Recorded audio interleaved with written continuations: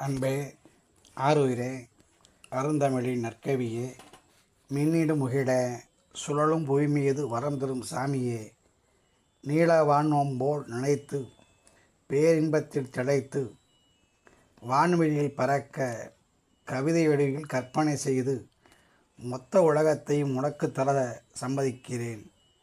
அலையாடும் கடலில் அறிவெனும் தீபத்தில் தாமரையாய் நீ விட்டிருக்க அழகு தமிழ் கொண்டு உன்னை நான் பூஜிக்கின்றேன். வானத்து தேவதையே, வளரும் நிலவே, புதுப்பார்வையில் நின் கவிதைகள் மொழிகளுக்கெல்லாம் மணிமுகுடம். கரும்பின் சுவை கொண்ட காவிய மொழியே, கரித்து வளம் யாவும் உனை சுற்றியே கவிதை வடிவில் வீசும் தென்றலாய் அமைய இவ்வரிகளை உமக்கு சமர்ப்பிக்கிறேன். மொழிவளம், மனித வளம், மண்வளம் என யாவும் சமுதாய சீர்திருத்த கருத்தாய் மாற வேண்டும். மண் மணக்க வேண்டும், மாநிலம் சிறக்க வேண்டும். அன்பும் அறனும் உடைத்தாயின் இல்வாழ்க்கை பண்பும் பயனும் அது என்றான் வள்ளுவன். தூய உள்ளங்களின் அன்பே, இறைவனை அருகில் அழைக்கும் மந்திரம்.